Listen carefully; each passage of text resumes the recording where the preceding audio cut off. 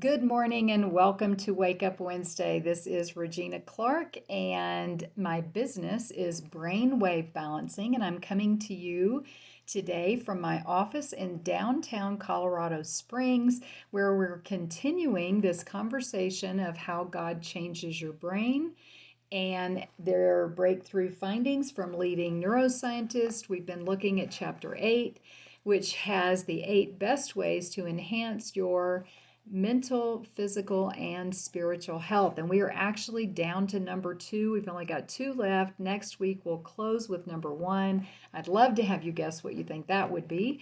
But for now, the second best way to exercise your brain is to dialogue with others. Find this fascinating information. Language and the human brain co-evolved with each other. If we don't exercise our language skills, large portions of the brain will not effectively interconnect with other neural structures. Dialogue requires social interaction, and the more social ties we have, the less our cognitive abilities will decline. In fact, any form of social isolation will damage important mechanisms in the brain that can lead to aggression, depression, and various neuropsychiatric disorders. Without dialogue, we would not be able to cooperate with others, and without cooperation, human behavior rapidly deteriorates into conflict. So I think this is really interesting, especially right now with all of the isolation we've seen happening, especially with the elderly because of COVID and people not feeling safe being in public, a lot of people working from home, and a lot of people are really feeling the ramifications of this. So if the best you can do, is to get on Zoom, to have a face to face with someone, if you can't do that, to get on the phone. It's so much better than texting, actually having a conversation and dialoguing. He does say, don't just talk about the weather or gossip about the neighbors. That's not the kind of dialogue that we're talking about.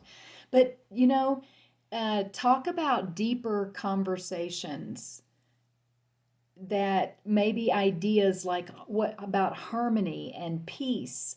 Ask your neighbor what they think about evolution and the Big Bang. Talk about what the 23rd century might look like, and by all means, talk about God, but with one caveat: don't get entrapped in an angry dialogue.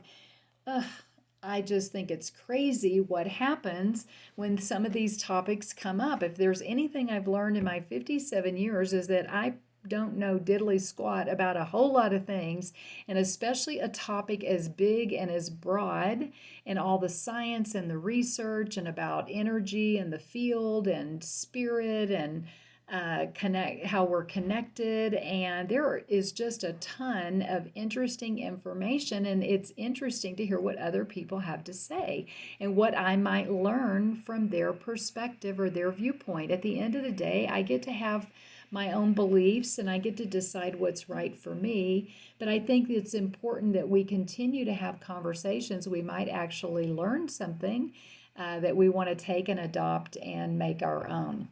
So he does say having irritable conversations will actually do considerable damage to your brain. So, the encouragement, number 2, the second best way to exercise your brain is not to argue with people, but to have meaningful dialogues with other people, and to please keep in mind those people that you know are maybe isolated, and have specifically reach out and have a conversation with one of them.